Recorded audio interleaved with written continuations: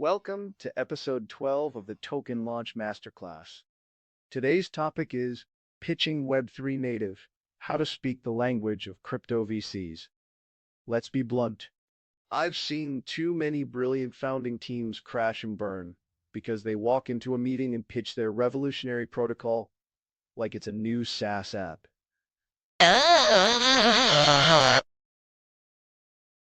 I once saw a team with a genuinely novel mechanism for decentralized identity get blank stares because their first three slides were about TAM and CAC. They fundamentally misunderstood their audience. A fantastic idea is just the entry ticket. If you can't communicate its value through the lens of tokenomics, community, and on-chain metrics, you're just wasting everyone's time. This episode is about teaching you that language so you can actually get that check. So, the first thing we need to rewire is the fundamental mindset. When I sit down for a pitch, what I'm listening for is completely different from a traditional VC. Frankly, if the first thing you talk about is your billion-dollar TAM, you're already speaking the wrong language. Those Web2 metrics like customer acquisition cost and lifetime value, they're secondary here. What I like to see is the design of a self-sustaining economy. I'm trying to map out your tokenomics in my head. I'm looking for how protocol success actually accrues value back to the token holders. I'm asking myself, is the community here the real moat? Because for us, we're not just investors, we're often early users and network participants. You have to show me a robust, decentralized ecosystem, not just a startup that happens to use a blockchain. It's about the protocol, not just the P&L. All right, let's break down the pitch deck. Your standard problem and solution slides are table stakes. What I'm really looking for are three crucial additions that show me you're thinking like a native. First, right after your solution, I need a why blockchain slide. Be specific. Tell me what crypto primitive, like ZK proofs or DeFi composability, makes your project uniquely possible now. If this isn't crystal clear, I'll assume your project doesn't actually need a blockchain. Second, I want to see your mechanism design. This shouldn't be a mess of technical architecture. What I like to see is a simple, visual flowchart that explains how the protocol works and how incentives are aligned to create positive feedback loops. If I can't get it in a minute, it's too complex. And finally, we arrive at the absolute heart of any crypto pitch, tokenomics. We're going to spend a lot of time on this one. Right, the tokenomics slide. For me, this is the main event. It's where I spend most of my time. What I do is break it down into three questions. First, what is the token's utility? Is it a governance token for voting? Is it for staking to secure the network? Is it a key to access features? You need to define its job clearly. Second, I need to understand value accrual. It's the so what question. How does a token holder benefit if your protocol succeeds? What I like to see are direct mechanisms, like fee sharing for stakers or a clear buy and burn model. If this link is blurry, the whole pitch falls apart for me. Finally, I look at supply and distribution. Show me the pie chart, but more importantly, show me the vesting schedules. A long vesting period for the team and early investors tells me you're all committed for the long haul, not just looking for a quick exit. Next, what I usually see is a marketing strategy slide.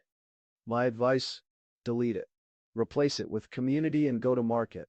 You might find this reframing helps you think more natively. In Web3, your community isn't a target demographic you advertise to. They are your product, your sales team, and your biggest defense. So what I like to see is a detailed breakdown. Show me your Discord strategy. How are you going to cultivate that initial core of 100 true believers? Then for your airdrop, explain the mechanics that filter out mercenary farmers and reward genuine early participants. And finally, show me you understand the culture. How will you leverage memes and build symbiotic partnerships with other protocols to grow in a way that feels organic and earned? Now, let's talk about traction, but with a crypto-native twist. The beauty of this space is its transparency. And you might find that leaning into this works far better than any projection spreadsheet. You need to embrace the show, don't tell principle using on-chain data. What I like to see is real activity, even if it's just on a testnet. Don't tell me about your projected user growth. Show me your daily active wallets interacting with your contracts. Show me the transaction volume or the total value locked you've already attracted. For me, one of the biggest credibility boosters is when a team builds a public Dune Analytics dashboard. It immediately shows confidence and transparency, telling me you're proud of your metrics and you're not hiding anything. Okay, let's talk about the team slide. This is where I often see a major disconnect. A traditional resume filled with impressive FANG experience is fine. But frankly, what I like to see is real on-chain credentials. It gets me much more excited than seeing Google on a resume. What I look for is evidence that your team lives and breathes this stuff. Show me contributions to a major DAO. You might find it works better to include their public ENS names or wallet addresses right on the slide. This lets me see for myself that they're not just tourists in Web3, they're active citizens. It signals true crypto-native credibility. Then there's the question of anonymity. Be prepared to defend your choice, whether you're fully doxed or pseudonymous. There's no single right answer, but you must have a clear, compelling reason for your approach. Next up is the roadmap, and what I look for here is a complete departure from a traditional product timeline. Honestly, a simple Gantt chart of feature releases just tells me you're thinking in Web 2. You might find it helps to frame this around key protocol milestones. I want to see the launch date for your public testnet and how you plan to incorporate community feedback. I'm also looking for the completion date for your security audits. And please, mention the firms you're using. Seeing a reputable name gives me immediate confidence. Then, what I zero in on is your plan for the token generation event, or TGE, and crucially, your strategy for providing initial liquidity. But the final piece, the one that ties it all together, is the path toward progressive decentralization. Show me how and when you plan to hand the keys over to the community. That's the real vision I want to invest in. Okay, let's get to the slide that often trips people up. The ask and your valuation. What I often see is a disconnect here. You're not selling equity in a company, so don't frame it that way. You might find it works better to be very clear that you're raising capital for future tokens, likely through a SaaS. Frame your ask in those terms. Now, for valuation. Throw your traditional spreadsheets out the window. What I do is immediately look for the fully diluted valuation, or FDV. I don't care about your 5-year revenue projections. Instead, I want to see how you defend that FDV. Show me comps to other successful protocols. Talk about network value metrics. Paint a picture of the total potential of the ecosystem you're building. That's how you justify your number, in a way that resonates. Now, let's flip this around and talk about the red flags that make me almost instantly close a deck. You might find it useful to review your own pitch for these. The biggest one for me is the bolted-on token. What I do is a simple thought experiment. If you remove the token, does the system still work? If the answer is yes, that's a major red flag. Another issue is weak value accrual. If I can't clearly see how token holders benefit from protocol success, the whole economic model is questionable. I also immediately scrutinize the team's vesting schedule. Anything less than a 1-year cliff and a 4-year vest feels overly aggressive.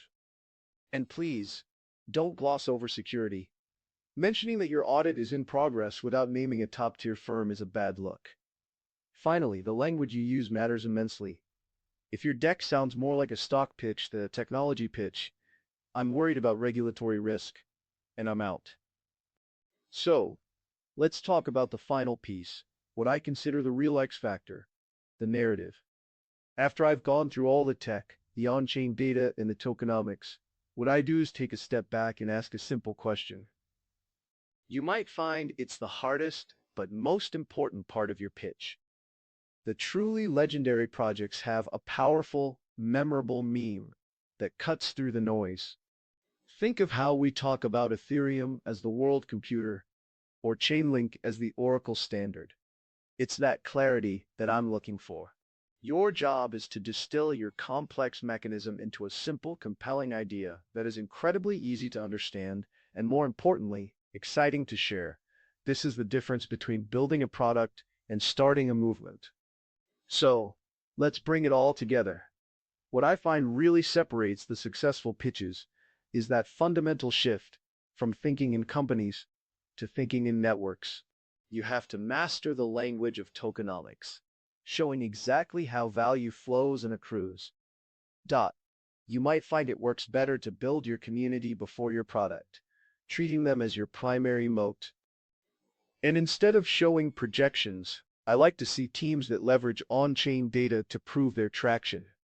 Finally, what I do is look for that one powerful, simple narrative that wraps everything up. That's the journey. Thank you for joining me. Next week, we get really tactical as we tackle the public sale trilemma. IDO versus IEO versus LBP. If you find this information useful, we would really appreciate it if you would like and subscribe this channel to help others find us. If there are subjects you would like covered, please add in the comments section, and we will include it in future episodes. Thanks for watching.